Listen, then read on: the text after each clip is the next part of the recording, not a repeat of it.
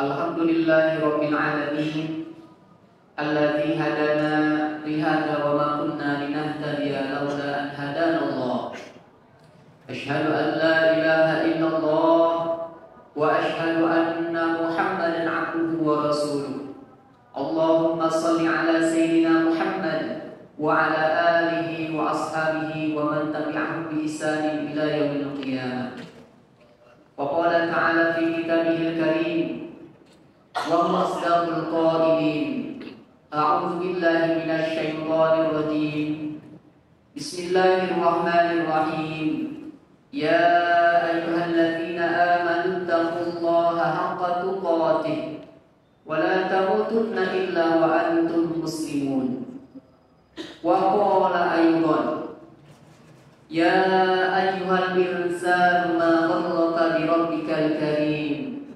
Shadaqallahul azim. Amma ba'd. Faya ayyuhal hadirun usikum wa nafsi bi taqwallah faqad fazal muttaqun. Alhamdulillah wa syukru ala ni'amillah. Puji dan syukur sudah sepantasnya bagi kita sampaikan kepada Allah Subhanahu wa ta'ala atas segala karunia yang Allah berikan kepada kita, sehingga dunia ini tunduk kepada kita. Awal pun demikian, dan semuanya tunduk sebagaimana Allah sampaikan dalam surah Luqman, bahwasanya Allah tundukkan apapun yang ada di langit dan di bumi. Bahkan wa asbaru alaikum ni'amahu zahiratan wa batinah. Bahkan Allah sempurnakan nikmatnya untuk kita semuanya, dan itu patut kita syukuri. Dan mudah-mudahan kita semuanya tergolong kepada hamba Allah yang pandai bersyukur, walaupun orang yang bersyukur sudah Allah tetapkan hanya sedikit. Salawat beserta salam semoga selalu tercurah kepada junjungan kita Nabi besar Muhammad sallallahu alaihi wasallam, juga kepada keluarganya, sahabatnya, dan umatnya sekalian. Jemaah yang dirahmati oleh Allah Subhanahu wa ta'ala, marilah kita sama-sama tingkatkan kualitas iman dan takwa kita kepada Allah Subhanahu wa ta'ala, agar tauhid kita yang kita pegang sejak lahir sampai saat ini itu bisa tumbuh dan berkembang, sehingga kita menjadi orang-orang yang selamat di dunia dan di akhirat. Allah Subhanahu wa ta'ala di dalam surah Al-Infitar ayat 6 bertanya kepada kita. A'udzu billahi minasy syaithanir rajim. Bismillahirrahmanirrahim. Ya ayyuhal insanu ma gharraka bi rabbikal karim. Wahai sekalian manusia, apa yang menyebabkan Anda durhaka kepada Allah Subhanahu wa ta'ala yang mulia? Alladzi khalaqaka fasawwaka fa'adalak.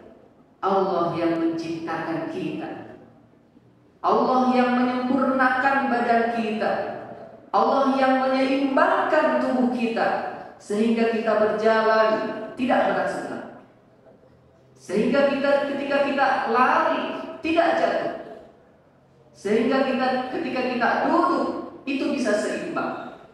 Allah bertanya kepada kita, ya ayyuhal insan, ma gharraka bi rabbikal karim. Apa yang menyebabkan kita durhaka kepada Allah Subhanahu wa ta'ala? Nyatanya sejak lahir barangkali kita sudah diberikan hidayah oleh Allah Subhanahu wa ta'ala dan diberikan ketauhidan yang baik oleh Allah Subhanahu wa ta'ala. Tetapi sampai saat ini barangkali kita masih durhaka kepada Allah. Karena itu Allah bertanya kepada kita, ma gharraka bi rabbikal karim. Apa yang sebetulnya yang menyebabkan kita ini durhaka kepada Allah Subhanahu wa ta'ala? Pekerjaan yang kita harapkan sejak awal setelah diberi ternyata tidak disyukuri. Rezeki yang berlimpah ternyata tidak mendatangkan keberkahan. Anak-anak yang sehat ternyata tidak menambah kepedulian kita dan ketakwaan kita kepada Allah Subhanahu wa ta'ala. Sehingga patut kita introspeksi, apa sebetulnya yang menyebabkan diri kita jauh dari Allah Subhanahu wa taala. Sehingga kalau kita lihat secara ketauhidan, maka sudah selayaknya kita bertauhid kepada Allah Subhanahu wa taala. Dan kita tahu ada 3 aspek yang harus kita pegang. Yang pertama adalah tauhidullah dari sisi rububiyah. Apa itu? Yaitu kita meyakini segala sesuatu yang hanya bisa Allah lakukan, maka kita yakini itu adalah dari Allah Subhanahu wa taala. Seperti apa? Seperti bagaimana Allah menciptakan dan mengurus alam raya ini. Bagaimana Allah Subhanahu wa taala menjadikan alam ini, bumi ini seimbang. Bisa jadi ada gempa, bisa jadi ada apapun, karena untuk mendapatkan posisi yang ideal. Dan itu semuanya Allah Subhanahu wa taala lakukan. Kemudian apa lagi yang hanya Allah Subhanahu wa taala lakukan, yang bisa memberikan madarat, yang bisa mendatangkan manfaat, itu adalah dari Allah Subhanahu wa taala.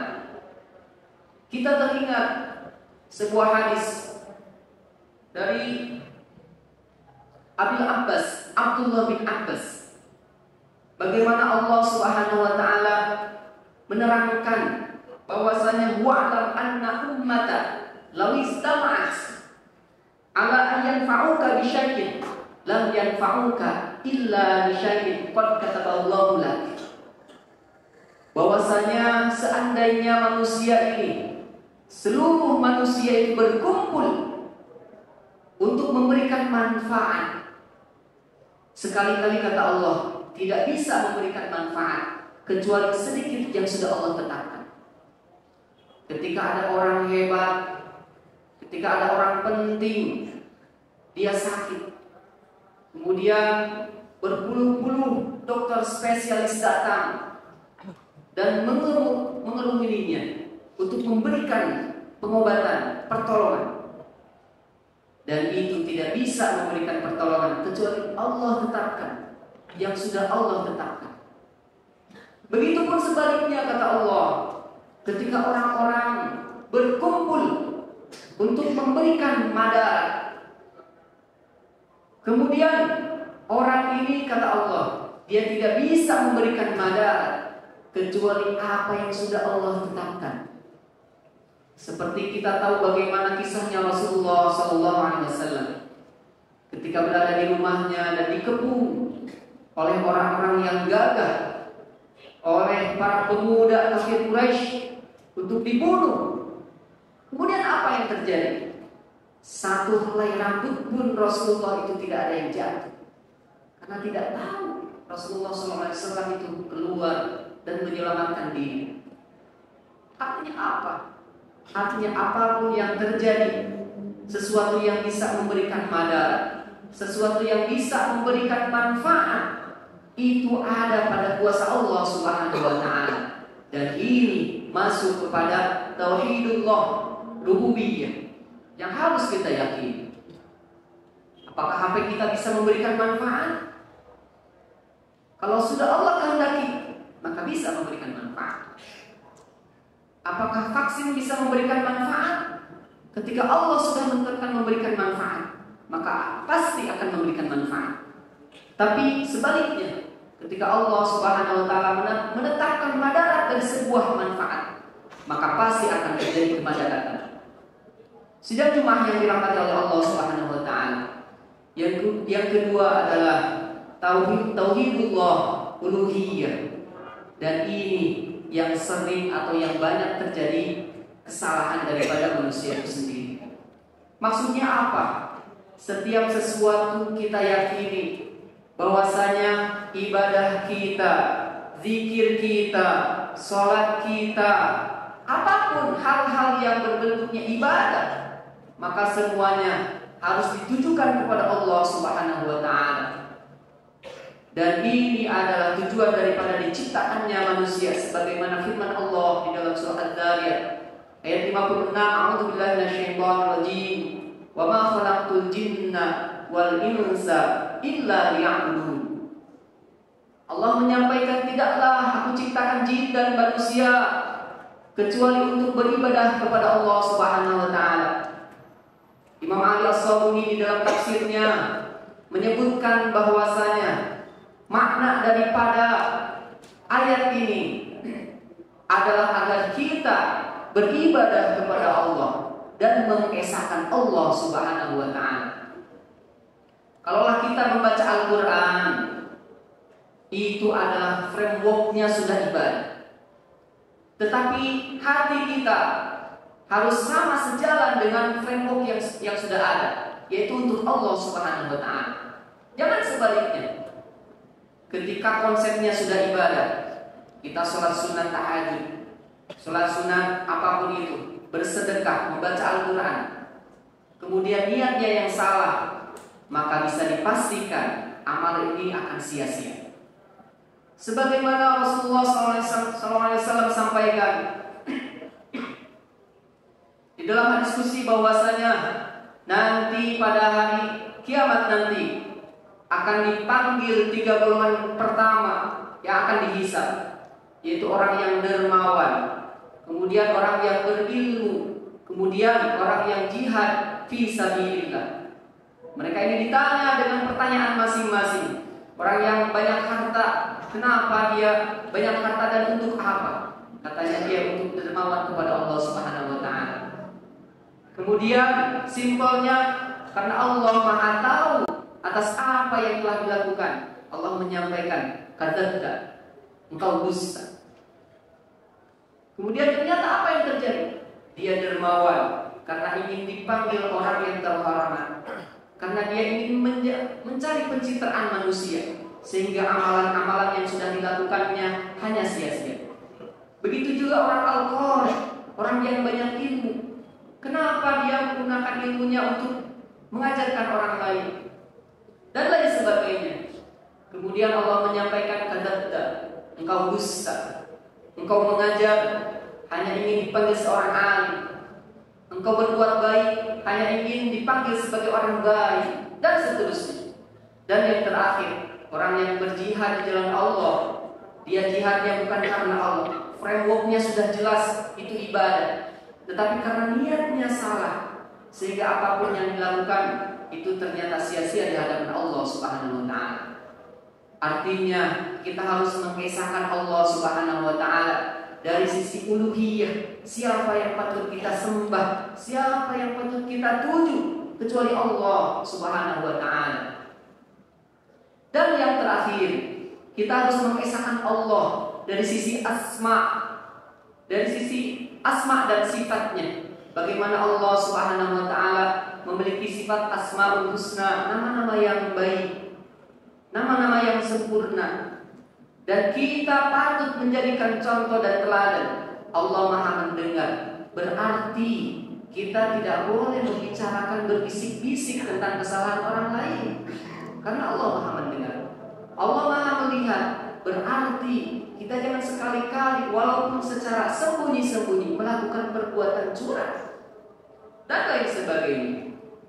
Jamaah yang dirahmati oleh Allah Subhanahu wa taala, mudah-mudahan kita semuanya diberikan kekuatan dan ilmu oleh Allah Subhanahu wa taala dan hidayah agar kita senantiasa ada di jalan ketakwaan. Amin Allahumma amin. Aku qauli hadza astaghfiruhu innahu ghafurur rahim.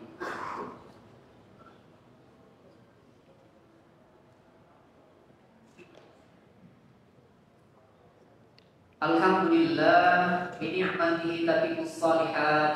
Asyhadu an la ilaha illallah wa asyhadu anna Muhammadar Rasulullah. Allahumma shalli ala Muhammad wa ala ali Muhammad fil alamin innaka Hamidum Majid.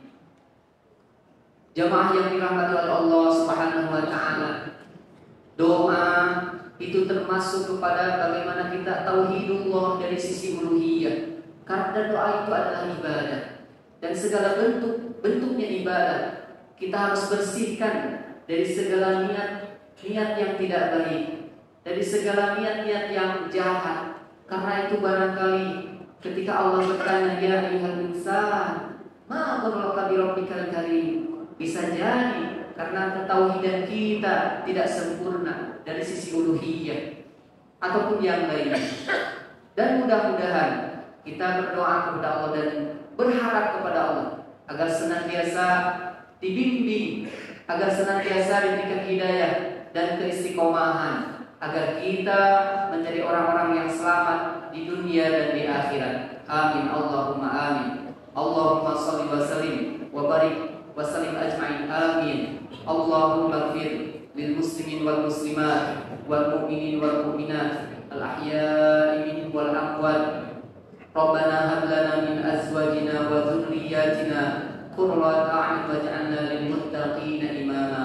Rabbana atina min ladunka rahmah wa hayyi lana min amrina rasyada. Rabbana atina fid dunya hasanah wa fil akhirati hasanah wa qina adzabannar. Walhamdulillahi rabbil alamin. Wassalamu alaikum warahmatullahi wabarakatuh.